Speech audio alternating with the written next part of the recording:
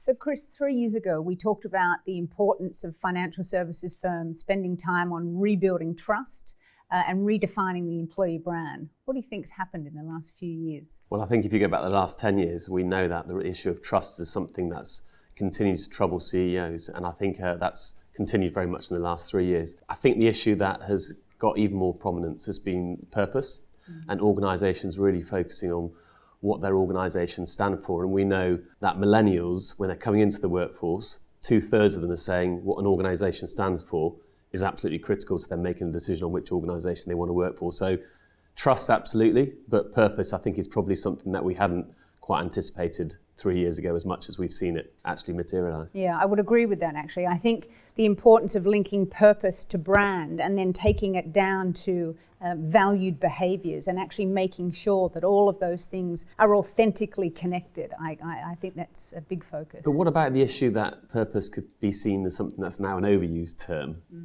I think that's something that organisations probably need to grapple with, don't they? Well, again, I think authenticity is incredibly important, and seeing a real linkage between the way that leaders and organisations behave, linked to their purpose, linked to their brand, is incredibly important. And I think that's something that a lot of financial services firms are still battling with and still focused on. And what about CEOs sort of saying to us that actually that whole issue of trust is something that is potentially inhibiting their ability to grow as an organisation?